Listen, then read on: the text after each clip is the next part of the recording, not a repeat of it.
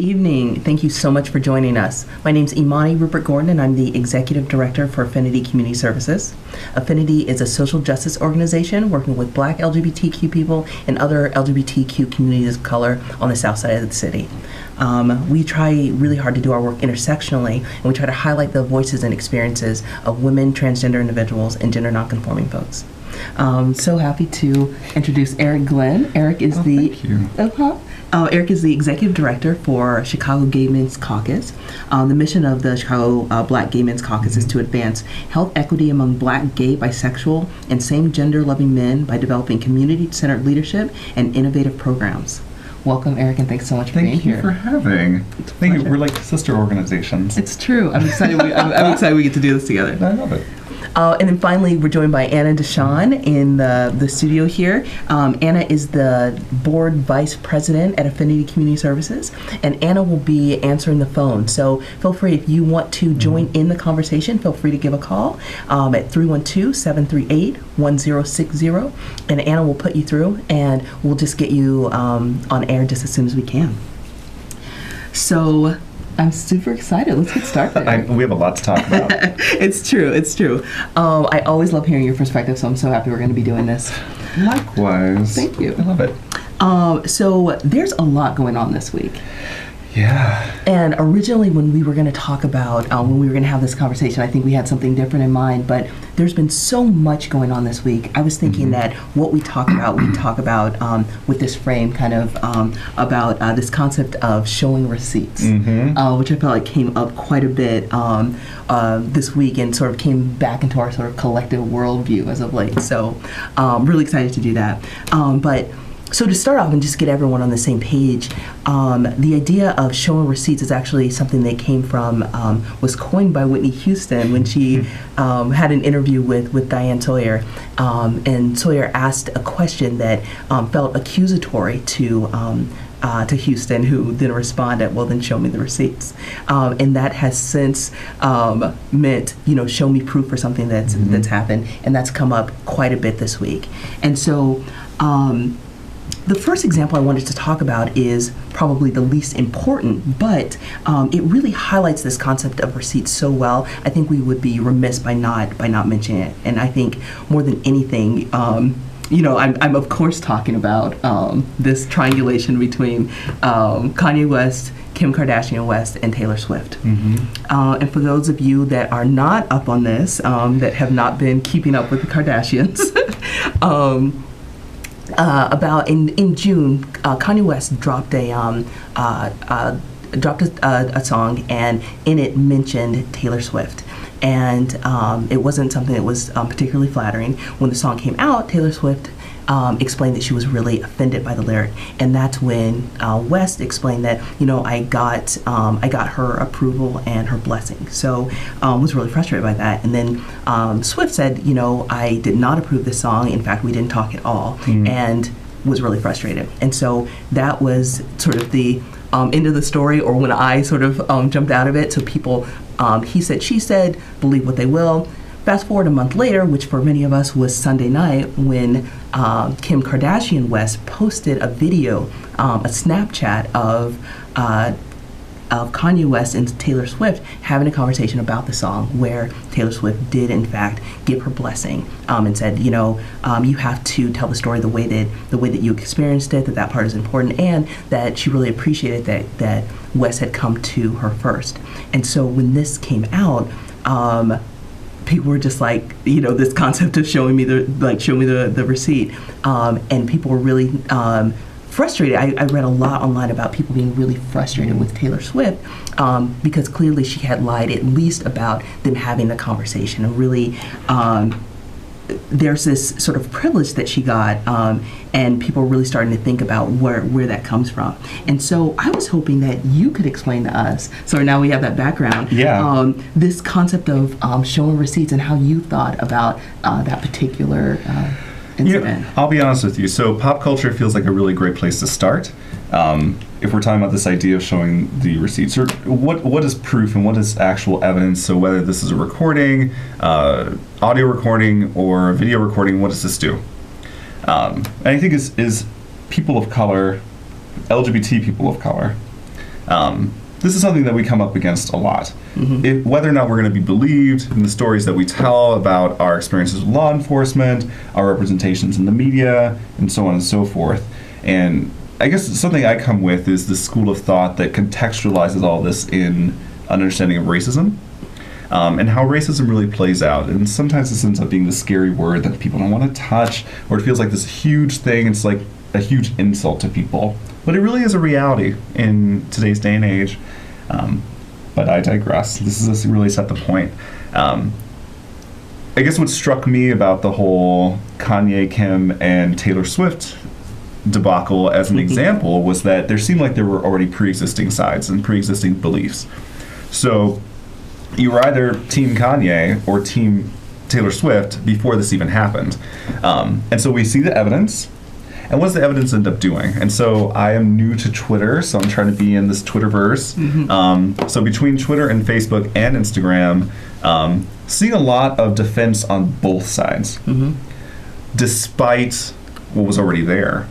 And I think the privilege that you're talking about Taylor Swift enjoying is that if just on face value, what would racism tell us? Racism would say that Kanye West, for all intents and purposes, scary black man because he looks angry, he doesn't really smile too much in pictures, and we see this more frail, more fey white woman, and so these are our archetypes for bad guy, good girl, and so we fall into these kind of pre-existing notions of where they would be. And so I think this is reflected in the language too. A lot of people are like, why are you beating up on Taylor? Leave Taylor alone, or stand with Taylor, or these other kind of hashtags that are out there. And while I don't think this is this huge example that's like life-changing for us, it does fit into a larger fabric of how racism plays out in the United States. And so I think we have many other examples. It's been a long summer of whether or not people are believed for their stories, and we get to see visual evidence and how that impacts their opinions. Yeah. That's really, just really incredibly dangerous too, when we think about that. Especially in this situation where, how you were saying, racism sort of helps people see this, see Kanye in one way and see Taylor in one way. And we really do need to be careful about that. And I think that that's something that came out. I wanted to move on, sort of thinking about continuing with this idea of showing receipts and talk about the Republican National Convention. Because, there's a lot that we could talk about there. But, I read some pretty hilarious tweets about Melania Trump's, speech. But, all jokes aside, this was actually a very substantial flub, when we think about what's actually happening. But what I'm really interested in, sort of this this dynamic that we have that's implied, but it's not really spoken, and it's most certainly about race. And I wanted to get your impression of how you interpreted this incident, where clearly Melania, or a speechwriter for Melania Trump, clearly lifted lines from Michelle Obama's speech. And I'm wondering, how do you think race played a role in how this played out for us? Well, this is an interesting example too, because again, we have a black person, and although she's an immigrant, a white person, and there are pre-existing beliefs again before we have this conversation that lends themselves to whether or not you are ready to defend Melania, and can't fathom a world where the wife of a Republican presidential candidate would, in fact, plagiarize another person's speech in such a public way. With the background that we have for Michelle Obama, whether or not you're Team Obama or not, we know that as soon as Barack Obama had started his candidacy, as soon as we started seeing Michelle Obama, there were these incredible efforts to dehumanize her. And so these comparisons to a monkey or an ape that actually still exist today, we hear pretty often about how she looks and how ugly she is, or how she's like an animal. And so again, this kind of scary situation where we see, if you were to look on paper and see a picture of Melania and a picture of Michelle Obama, it's interesting. What would racism say? Racism would say, well, if we're going to take a guess at who the speech came from, it probably came from this white woman, because what are the odds that this dark-skinned black woman would produce this kind of speech? And that's a given that we know that there are speechwriters out there. The candidates and their wives contribute to speeches, but aren't necessarily the speechwriters themselves. But it sets up a scary starting point where it makes it easier or harder to believe one person or the other, despite the evidence that's in front of us, despite if you hold the speeches up next to each other, there's this irrefutable similarity between them. Right. I mean, I forget the percentage of like how close it is, but I think I can't remember what the studies were saying. They're almost like the same, and the likelihood of it having that much similarity is nil. I get you. So we had a caller. Go ahead and put them through. Yes, good evening. Good show. First time viewer, by the way. I have a question and a quick comment. The first question is, if, like someone like me that doesn't believe in your lifestyle, but you know, don't talk about it or anything. You know what I'm trying to say? I'm trying to say that although I don't agree with this, your lifestyle, it doesn't matter because I'll never say anything and I'll say hello. You know, because I have friends that are like, and I tell them, does that make me homophobic? Because I don't agree with your lifestyle? And one other thing. Now, if someone is going around killing transgenders and people, would that would make them homophobic? But why is the woman that's running for president collecting all that money from governments in the Middle East that would kill you?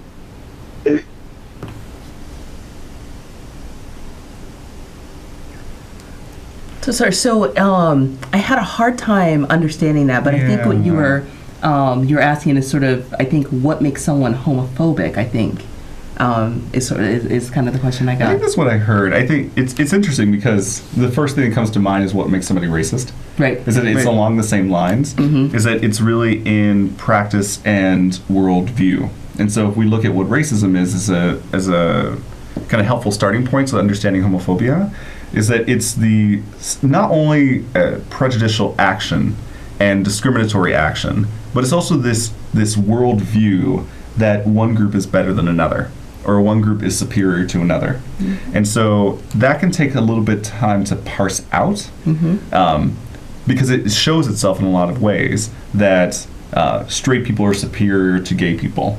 I think having a perspective, I mean, just to push a little bit, having a perspective that one sexual orientation is not right or unnatural fits into that framework where it makes it sound like, well, straight people are natural and are the way to go.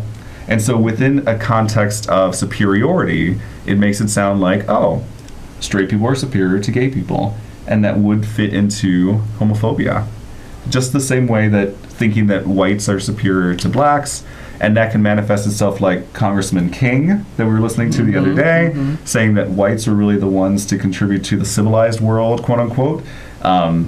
That's a sense of superiority of one race over another. And so in that case, that would satisfy our definition of racism. And in this case, it would fit into homophobia.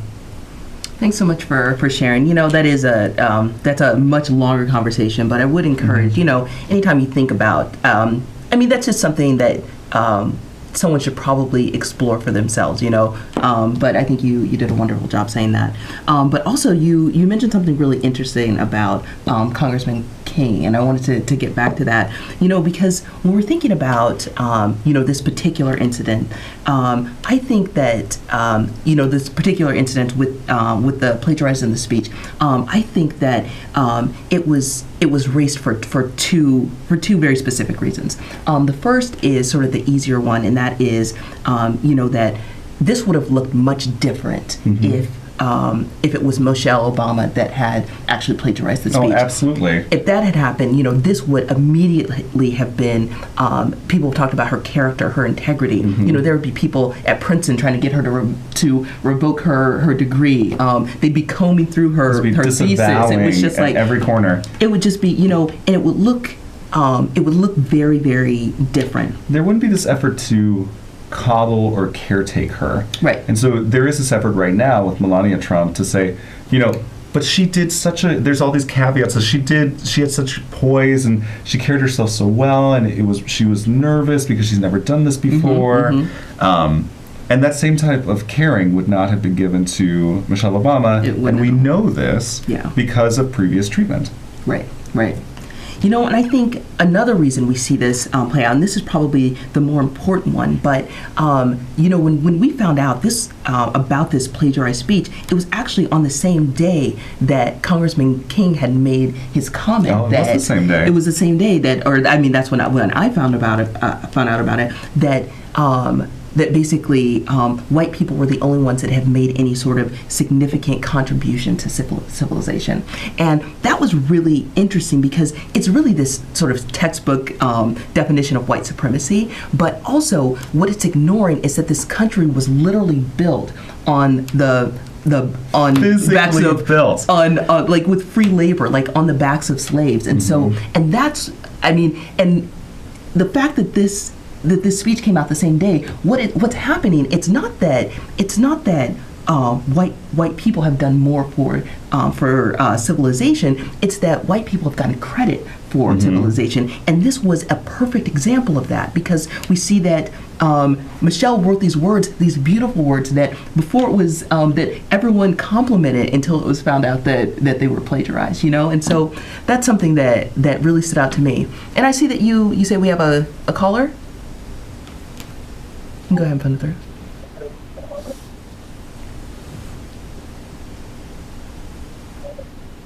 Hello? Hello.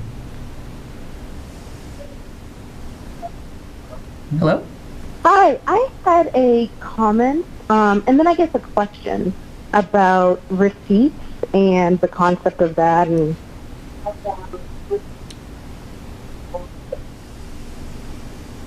kind of culture. So my comment is with the examples you gave, one being the Kanye Taylor, Kim Tobacco, and now the Melania Trump speech, and I know we can extend this to just kind of the videos that have come up around police violence, is that there's a theme beyond receipts. There's this theme of technology playing a role in allowing for these receipts to even exist. I can recall back with Rodney King was the first proof that police brutality was a real thing, right? In technology, the video camera there played a role. Most recently, we're seeing that people are being called to task on social media. They're no longer able to kind of hide their thoughts and feelings, but now there's this kind of this mass platform for them to be heard on. So people are being called to task, similar to how Taylor was. But then also the fact that we could then find proof that this speech was plagiarized, or proof that these people were being shot down for potentially no reason, that police violence actually exists. So there's a theme of technology and access to technology. You see the woman who's there while her fiance is bleeding out, and you feel the sense that she feels like she has maybe a sense of protection because she's there on Facebook Live. So it's just not these two people in a car in a crisis. It's these two people in a car in a crisis with thousands of others and millions of others people watching there, providing that proof. So what are your thoughts on how technology could potentially be an equalizer to bring about social change and better social justice? Great. Thank you so much, caller. I really appreciate that. So, Eric, I'm going to give that to you. Do you think this sort of access to social media or video recording, having that at people's ready disposal, how do you think that's going to change the dialogue? I think it's an incredible opportunity for us to end up changing the dialogue. I think the challenge that exists, though, and we could see this even with the Rodney King situation, you know, it's a lot more than situation, that even at that point, with that much evidence, it didn't turn the page for everybody. And so there were those who saw it, and their immediate kind of sense was, what did he do to deserve it? There must have been something wrong. Because people wouldn't do that. That isn't the America that I live in. So it rubs up against people's worldview. Because we know, and I think we just saw an article about this the other day, blacks and whites living in two different Americas. And so I don't mean to poo-poo it, but what I do mean to say is that it takes the evidence and it takes something else. What might be interesting for us is that we don't only have just some receipts, we have a lot of receipts. And they're going to continue to come out with increased frequency. And that increased frequency is going to make it even harder to deny the truth of how black people are treated by law enforcement in this case, how we're shown in media in other cases. So it gets us some of the way. And so we need to do the work to make sure it takes us the rest of the way. Right. You know, we also know that this isn't new. You know, I think a lot of people have thought about, I think I've read, well, I know that I've read a lot of articles as of late about what that it seems that there is more understanding of, sort of this collective consciousness of law enforcement. But the truth is, not everyone has felt. I mean, people of color had for years, for decades, low-income people, LGBTQ people have felt discriminated against by police, and this hasn't been something that's been a secret. It's just that we haven't had cameras in our pocket. Well, I think it's been two things. It's that we haven't had the proof, but we also haven't been given the benefit of the doubt, and we haven't been believed. Yes. And so where we have countless photos and countless stories of the actions of the Ku Klux Klan, for instance. And there hasn't been any successful attempt to take them apart or to label them domestic terrorists and to outlaw their activities. There hasn't been successful attempts to do that, even though they're very public. We know exactly what they're doing. And so some of that is about the worldview, is that it's easy enough to say those are bad other people, but they don't really fit into my vision of what America is. And so it's easy for me to kind of push that aside. But if we look on the other side, there's also documentation of what the Black Panthers are doing. Right. And it was very easy to label them a terrorist organization and to attack them and to dismantle them. Even though we can make a lot of arguments over the amount of good that was done by the Black Panthers. And when you hold that up to the insurmountable evidence of lynchings that were committed by the KKK, that we see that there's a disparity between how those two groups are viewed, how they're portrayed, and the action that's taken afterwards. What's different now, I think, though, is that that vision isn't curated anymore. It's curated by the individual. And so we as individuals, when our phones are charged, are able to take all sorts of video that we would like. And no one controls that. True. So it does, I mean, this is our time. I want to thank you so much, Eric, for being here. Well, thanks for having. Yeah, it's always a pleasure, always a pleasure. Thank you so much, everyone, for tuning in. Again, we are Affinity Community Services. If you want to find out more about us, you can reach us at affinity95.org. And my name's Imani Rupert Gordon. I'm the Executive Director, and you can reach me directly at imani@affinity95.org. Thank you so much for being here.